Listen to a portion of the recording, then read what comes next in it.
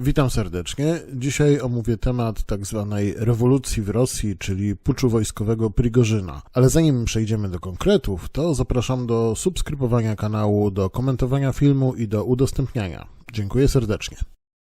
W piątek wieczorem rozpoczęła się piękna akcja, którą media na całym świecie podłapały i zaczęto mówić o rewolucji w Rosji, wojskowym zamachu stanu i tak dalej. Wszyscy pamiętamy te emocje. 99% zawodowych komentatorów identycznie rozumiało sytuację jak pan Marcin Najman.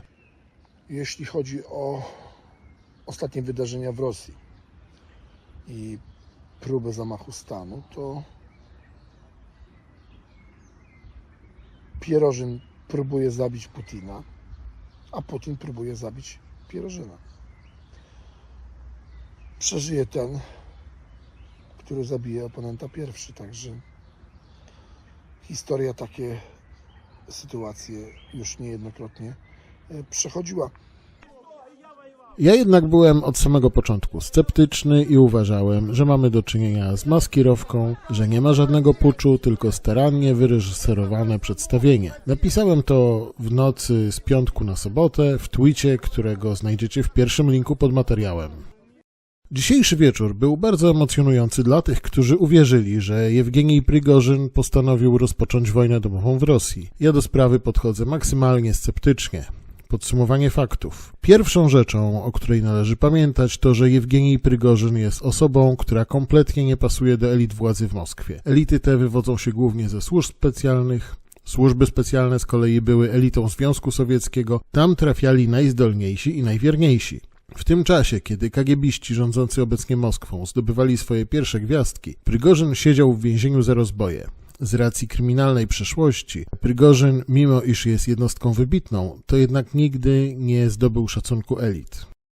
Nie pojawiały się żadne wiadomości o walkach wagnerowców albo ich marszu na Moskwę. Prigorzyn nie ma własnego poparcia politycznego, nie jest również częścią jakiegoś stronnictwa na dworze cara, więc taka akcja z definicji byłaby skazana na niepowodzenie. Ponadto Prigorzyn otacza się wagnerowcami z tak zwanej ligi, czyli rdzenia ČVK Wagner. Liga to najlepsi specjaliści, nie żadni byli więźniowie, to ludzie ze służb specjalnych i wywiadu wojskowego GRU. Dlatego szanse, że udałoby się namówić tych ludzi do puczu i sprawa by nie wyszła na jaw jeszcze w czasie spiskowania, a nie działania, uważam za bardzo mało prawdopodobną. Prawdopodobieństwo, że widzimy coś innego niż przedstawienie, oceniam na skrajnie małe.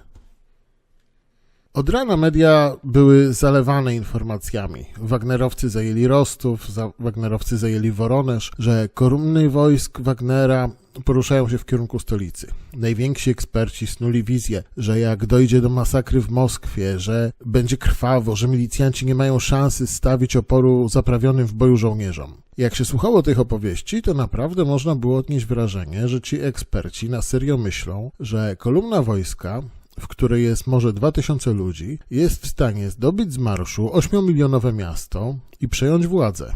Przecież taką kolumnę ludzi poruszających się na nieopancerzonych ciężarówkach byłaby w stanie zatrzymać kompania wojska uzbrojona w karabiny maszynowe. Jednocześnie ci eksperci nie zauważyli takiego zastanawiającego faktu, że Jewgenij Prigorzyn wcale nie jechał na szpicy konwoju, żeby przejąć władzę i wymierzyć sprawiedliwość, ale siedział sobie spokojnie w Rostowie i pił kawę z dowódcami południowego okręgu wojskowego. Czy to nie było troszkę dziwne? Jak niby miał zaprowadzić nowe porządki w Moskwie? Przez telefon? No ale totalna ekscytacja tym, że właśnie w Rosji trwa rewolucja, spowodowała, że ludzie chcieli wierzyć w to, co sobie wyobrażali i nie widzieli takich szczegółów. Wystąpienie prezydenta Putina było niczym wystąpienie Stalina w momencie deklaracji wojny ojczyźnianej. W rezultacie cały naród, niczym w 1941, zaczął deklarować poparcie dla prezydenta. Обращаюсь к гражданам России, к личному составу вооруженных сил, правоохранительных органов и специальных служб. W sobotę po południu było już mniej więcej jasne, co się dzieje i dokonałem pierwszego podsumowania o godzinie 16. Na podstawie dochodzących z Rosji informacji można pokusić się już o pewne podsumowanie. Kto zyskuje, a kto traci na tym puczu? Zyskuje prezydent Putin, a traci prezes Prigorzyn. W sieci pojawia się coraz więcej deklaracji, że wszyscy powinni się zjednoczyć przy prezydencie, że potrzebna jest zgoda narodowa i solidarność wobec zagrożeń zewnętrznych i wewnętrznych. Deklaracje takie wysyłają jednostki administracyjne, urzędy, a także organizacje społeczne, np. stowarzyszenia. Badań oczywiście nie ma na potwierdzenie tej tezy, ale można zakładać, że wskutek akcji Prigorzyna bardzo wzrosło poparcie dla prezydenta Putina. Co więcej, na skutek tej akcji zostało uchwalone nowe prawo pozwalające na czas trwania operacji kontrterrorystycznej aresztować ludzi bez wyroku na 30 dni. W obecnej chwili jakikolwiek sprzeciw wobec władz będzie traktowany jak poparcie Prigorzyna. Czyli jak powiedziałem, skutkiem puczu jest umocnienie władzy Putina.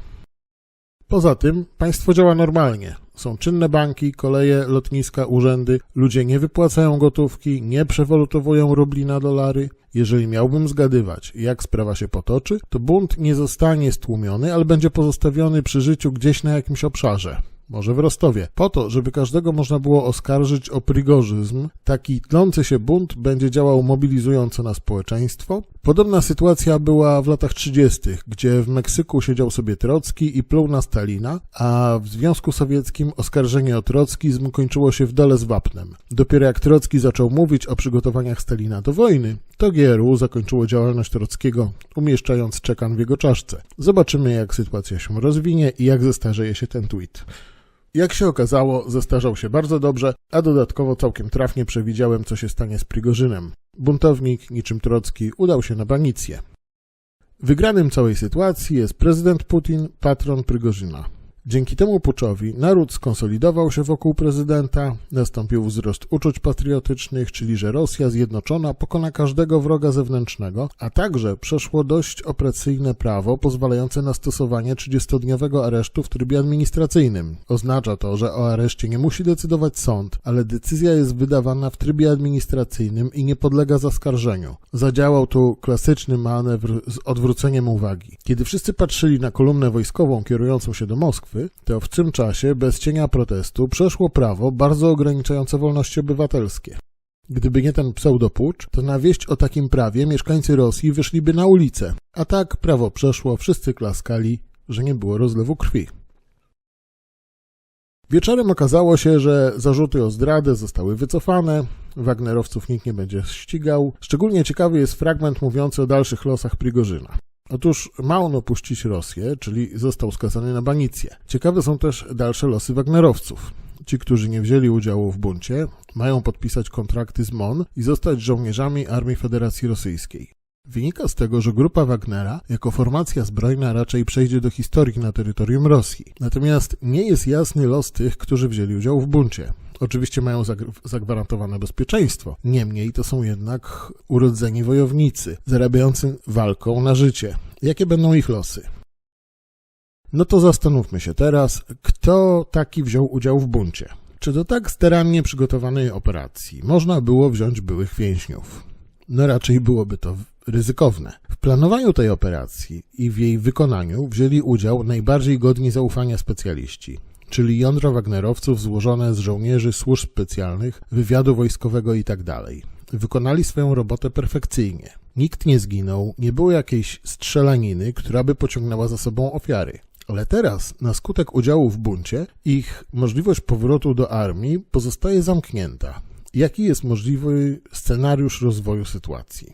Otóż podejrzewam, że biorący udział w tzw. puczu trafią razem z Prigorzynem na Białoruś i tam zostanie odtworzona firma ČVK Wagner. Ale już nie jako najlepsza na świecie piechota szturmowa, ale jako wysoko wyspecjalizowana grupa dywersantów. I grupa ta będzie wykonywać zadania na rzecz Rosji, ale Rosja będzie mogła odcinać się od tych działań, twierdząc, że my nie mamy z tym nic wspólnego. To są renegaci, buntownicy, którzy zorganizowali pucz w Rosji, a nawet w Europie są uważani za organizację terrorystyczną.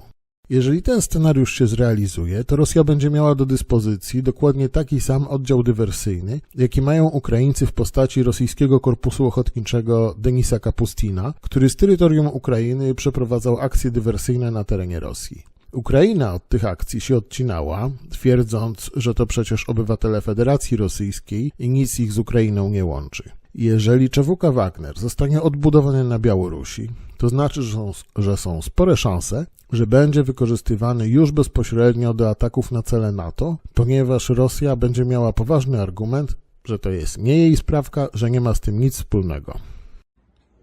Ponieważ prawie wszyscy komentatorzy dali się nabrać, że pucz był prawdziwy, że nie był inscenizacją, więc bardziej próbują trzymać się wersji o rewolucji, niż przyznać do błędnej oceny. Dlatego powtarzają informacje o tym, że to był autentyczny pucz, że Wagnerowcy strzelali do armii rosyjskiej, że zestrzelili śmigłowiec czy dwa. Ale skąd są te informacje? Oczywiście źródłami tych rewelacji są sami Wagnerowcy. Ale dlaczego wierzyć akurat w te informacje, a nie wierzyć w inne informacje również udzielone przez Wagnerowców, na przykład o wielkości strat ukraińskich w Bachmucie? Przecież to jest dokładnie to samo źródło. A jaki problem było wziąć z lotniska polowego jakiś szrot niezdatny do naprawy, podpalić i sfilmować wrak na polu i powiedzieć, że zestrzelili śmigłowiec? Wagnerowcy opublikowali również oświadczenie Prigorzyna, że cała sytuacja doszła do takiego momentu, że może się zacząć rozlew krwi. Wynika z tego wprost, że do tej pory żadnego rozlewu krwi nie było. Skoro wierzymy w zestrzelenie śmigłowca, o którym powiedzieli Wagnerowcy, to powinniśmy również uwierzyć, że było to zestrzelenie bez rozlewu krwi. Wszak źródło jest dokładnie to samo. Osoby, które wierzą, że armia Federacji Rosyjskiej wysłała śmigłowce bojowe, żeby strzelały do Wagnerowców w Rostowie, powinny przedstawić wyjaśnienie następującej sytuacji. Skoro ktoś w armii zdecydował się na użycie siły już w Rostowie, to czemu kolumna Wagnerowców nie została zniszczona podczas marszu na autostradzie? Przecież to był idealny cel, bezbronny, bez możliwości ucieczki. Skoro ataki w Rostowie były prawdziwe, to czemu nie powtórzono ich podczas marszu na Moskwę? Podobnie inaczej niż większość komentatorów interpretuje filmiki z tego, jak Wagnerowcy opuszczają Rostow. Na filmikach widzimy, jak ludzie klaszczą, cieszą się, pozdrawiają Wagnerowców. Komentatorzy twierdzą, że jest to wyraz poparcia dla Prigorzyna jako tego, który podniósł rękę na Putina. Jest dokładnie odwrotnie. Ludzie klaszczą i cieszą się dlatego, że Prigorzyn nie doprowadził do rozlewu krwi i podporządkował się prezydentowi. Koniec puczu to jest festiwal jedności Rosji. To jest festiwal braterstwa Rosjan, a nie znak osłabienia pozycji prezydenta Putina. Jakie będą konsekwencje tego pseudopuczu? Pucz ten ma jedną bardzo poważną konsekwencję dla całego systemu władzy w Rosji. Krótkoterminowo wzmacnia pozycję prezydenta, ale długoterminowo takie podważanie pozycji władcy może dawać zły przykład. Dlaczego więc prezydent Putin wszedł w buty Stalina i wezwał naród do jedności, do stawienia czoła wrogowi zewnętrznemu, który chce zniszczyć Rosję? Jedyny powód, jaki mi przychodzi do głowy, to że zyski krótkoterminowe są istotniejsze niż straty długoterminowe. A mówiąc bardziej wprost, Rosja wykorzysta wzmożenie patriotyczne, aby dokonać jakiejś eskalacji wojennej. Może być to ogłoszenie stanu wojny albo coś innego, co wymagałoby poparcia społecznego. Nie wiem, co to będzie, ale myślę, że raczej w krótkim czasie będziemy wiedzieli, czemu służyło to przedstawienie. Dziękuję za oglądanie, zapraszam do subskrybowania kanału, do komentowania, nawet prostym komentarzem, bo zwiększa to zasięgi, a także do udostępniania, jeżeli uznacie, że materiał jest ciekawy. Pozdrawiam i do zobaczenia.